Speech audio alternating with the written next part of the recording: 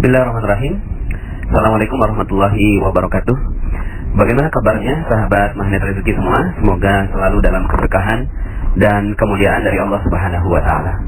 Bagaimana materi-materi magnet rezekinya? Mudah-mudahan bisa membuka cakrawala berpikir Anda semua, kita semua, dan setelah itu insya Allah rezeki Anda berlimpah ruah ya. Oke, pada kesempatan kali ini saya ingin menambahkan dosis dari ilmu tentang Paradox of Candy, jendela buram, dan yang terakhir adalah tips jeruk nipis ya. Nah, ini berbicara tentang cicak dan jerapah ya. Bapak Ibu, saya suka sekali dengan dua makhluk Allah ini ya. Dan dua makhluk Allah ini bisa menjadi pelajaran yang berharga untuk kita semua. Yang pertama adalah cicak. Cicak ini Allah berikan menjadi makhluk yang kita lihat setiap hari gitu ya. Jadi dia ada di dinding kita, ada di langit-langit kita gitu ya.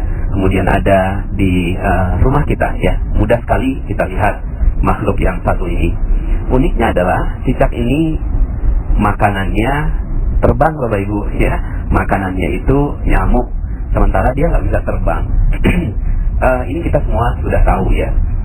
Tapi coba kita pikirkan betapa Allah Subhanahu wa taala memberikan rezeki yang unik bagi cicak gitu ya. Cicak nggak bisa terbang. Kalaulah kita jadi cicak, apa yang kita katakan kepada Allah? Ya Allah, ini nggak adil sekali gitu ya.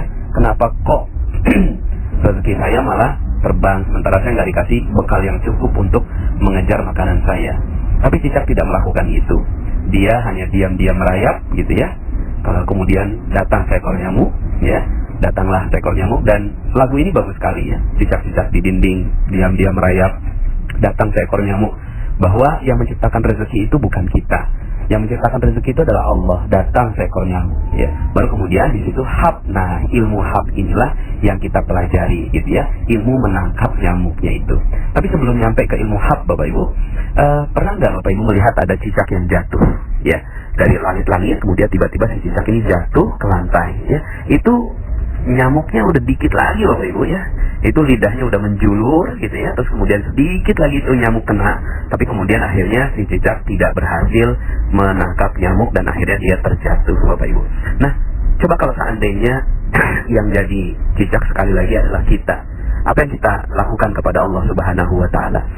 Apakah kita mengatakan demikian? Ya Allah, sungguh gak adil. Pokoknya saya udah frustasi, saya stres, saya udah gak mau lagi nyari makan. Ya udahlah, pokoknya terserah engkau. Kalau seandainya saya mati, terserah deh, gitu kan? Apakah itu yang kita lakukan? Ya. Dan sayangnya, sebagian di antara kita sering melakukan itu, Bapak Ibu. Ya. Rezeki kita, memang Allah sudah desain sedemikian agar Allah tahu siapa yang benar-benar berusaha, siapa yang benar-benar bekerja. Dan Allah Subhanahu wa taala ingin lihat kesungguhan kita. Tapi kemudian ketika kita jatuh, maka sebenarnya Allah Subhanahu wa taala ingin memberikan gambaran pada diri kita bahwa sebenarnya bukan kitalah yang mampu untuk menarik rezeki itu, tidak sama sekali. Tapi Allah Subhanahu wa taala yang berikan rezeki untuk kita. Kalau Allah mau, maka tidak mudah saja nyamuk itu datang pada si cicak gitu ya. Nah, Bapak Ibu yang dirahmati Allah Subhanahu wa taala, akhirnya cicak ini tetap saja dia naik kembali, diam lagi ya, bersungguh-sungguh lagi, bersabar lagi untuk kemudian datang nyamuk yang berikutnya. Nah, Bapak Ibu, semoga kita bisa mengambil hikmah dari kisah nyamuk ini. Nah, kisah yang kedua, atau kisah nyamuk dan cicak ya. Kisah yang kedua adalah tentang jerapah.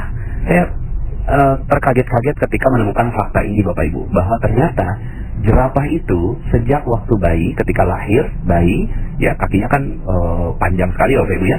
Lalu kemudian si bayi ini langsung berusaha untuk berdiri. Tapi Bapak Ibu, oleh ibunya sendiri, ini si jerapah ditendang Bapak Ibu sampai jatuh. Bayi jerapah ini ditendang oleh ibunya sampai jatuh. Lalu kemudian si bayi jerapah ini naik lagi, berdiri lagi, mencoba untuk berbangun lagi, ditendang lagi sama ibunya. Dia berdiri lagi, ditendang lagi sama ibunya. Berdiri lagi, ditendang lagi sama ibunya. Berdiri lagi, ditendang lagi sama ibunya.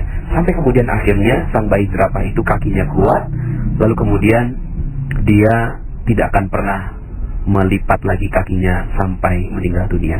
Bapak Ibu, kesannya tega ya gitu ya. Kesannya tega banget gitu loh. Seorang ibu kok ya bisa menendang anaknya atau bayinya sendiri. Masih bayi loh gitu kan, tapi ditendang. Tapi begitulah kehidupan.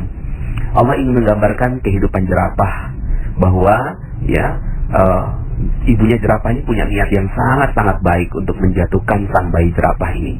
Tapi kemudian ya si bayi jerapah ini nggak paham kenapa saya harus jatuh gitu ya. Tapi untungnya bayi jerapah Bapak Ibu ya, dia naluriahnya adalah ketika dia dijatuhkan dia tidak protes. Coba kalau seandainya bayi jerapah itu adalah kita, mungkin ya yang kita lakukan adalah melapor ibu kita ke pengadilan Bapak Ibu ya. Mungkin saat itu ya kita marah-marah sama ibu kita dan seterusnya.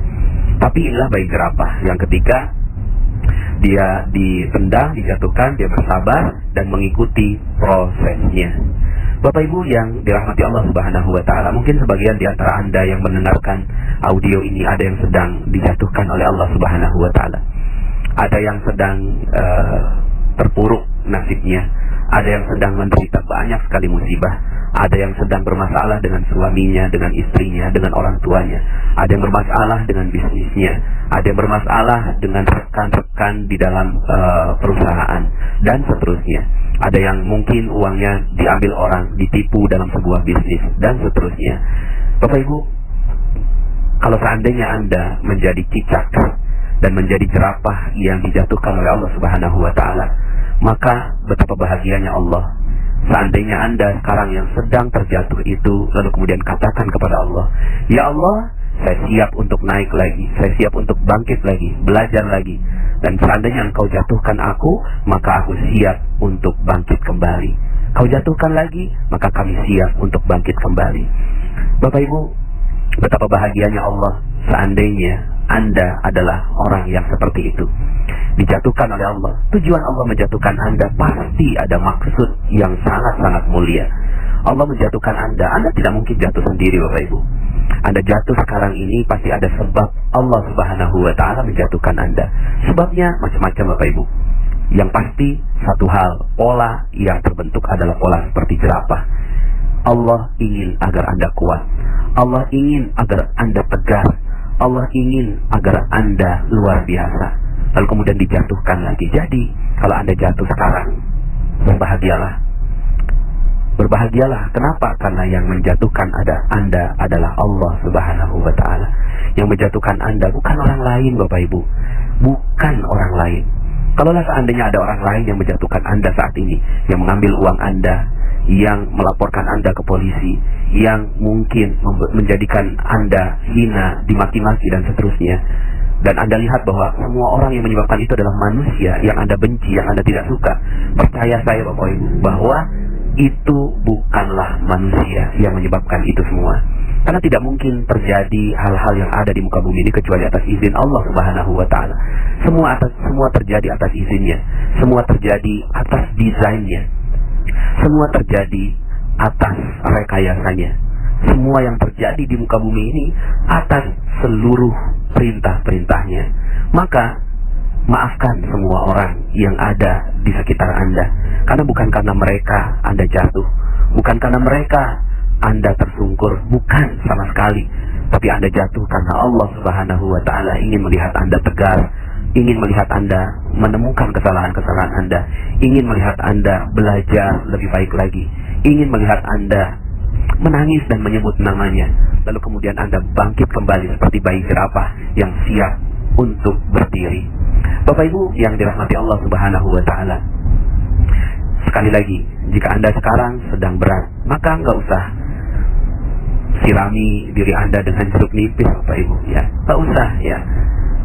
Sudah, lepaskan jeruk nipisnya dan terima kejatuhan Anda sebagai satu paket dari rezeki Anda.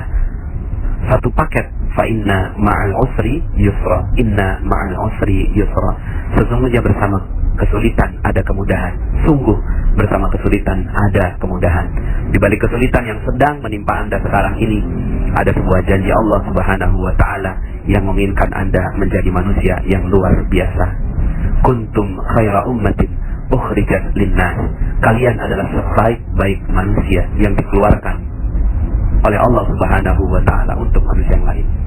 Maka tunjukkan bahwa Anda adalah manusia yang mulia. Tunjukkan bahwa Anda adalah manusia yang terbaik. Manusia terbaik bukan berarti orang yang gak pernah gagal, Bapak Ibu. Tidak. Manusia yang terbaik bukan berarti orang yang tidak pernah salah. Manusia yang terbaik bukan berarti orang yang tidak pernah berdosa. Tapi manusia yang terbaik adalah ketika mereka melakukan dosa, kesalahan, kelalaian, kehilafan, lalu kemudian mereka bangkit dan berdiri, sekedar meminta ampun kepada Allah Subhanahu wa Ta'ala, dan siap untuk menerima kehidupan, babak kehidupan baru yang jauh lebih baik. Saya doakan tulus dari hati saya yang paling dalam agar Anda semua yang mendengarkan audio ini menjadi manusia-manusia terbaik di muka bumi yang siap memberikan karya terbaiknya untuk umat manusia. Terima kasih, saya Nasrullah. Sampai jumpa dalam audio-audio berikutnya. Assalamualaikum warahmatullahi wabarakatuh.